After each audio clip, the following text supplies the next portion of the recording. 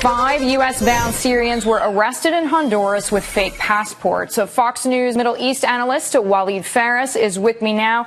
Walid, always glad to talk to you. How easy is it to get a fake passport?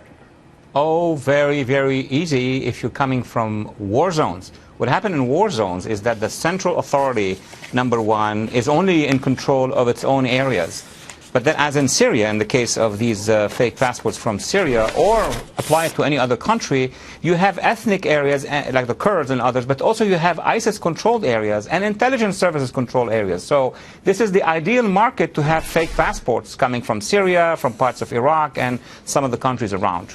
So it seems as if Greek law enforcement actually contributed information. Is this an example of how we can all work together better?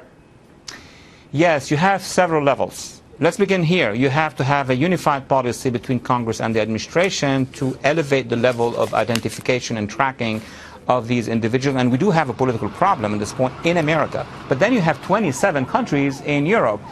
Though they have a unified foreign policy and they have a unified visa policy, the Schengen, what they don't have is a unified national security policy. So you see that, for example, when those migrants came from Turkey into Greece, into one of the islands, it was supposed that Greece will call on the EU, come and help us. They are entering the EU. No, the Greeks let them go all the way to Serbia, and Serbia is not EU. So it's very complicated because of the structures of the European Union.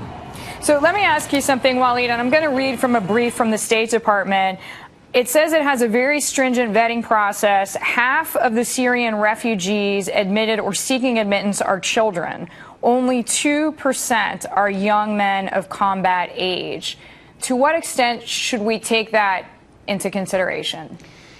There are many points that I would like to raise immediately at this point in time. Number one, we saw in the videos in Europe that the mass of refugees is not made of children.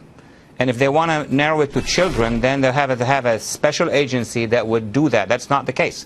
Number two, those who apply for children are adults. And what they do is they get the children in, and then they apply to come and accompany the children. But put everything on the side. I can tell you, after 30 years in this business and 7 years of monitoring of what was happening in terms of the penetration by jihadists, our bureaucracy, our entire bureaucracy is not equipped, not just in terms of how many tables and desks, is not equipped intellectually to determine if a person is Islamist or jihadist. All what they do is give them a few questions, you answer the questions, and you're good to go. And nobody's going to answer, yes, I'm a jihadist, or I'm a ISIS, or I'm a Al-Qaeda. That's a great point, Walid.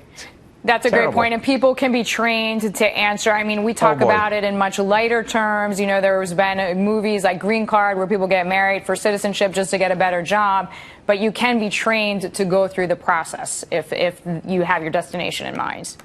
Absolutely. It's a big industry, but the real problem here is not after they are accepted to come or to be vetted. Why are we bringing a chunk of Syria, half the planet away, to the United States, where they are on the Turkish-Syrian borders? You go and back them there. And more, let me say this, there is an area inside Syria the size of Lebanon, 5,000, maybe 10,000 square kilometers.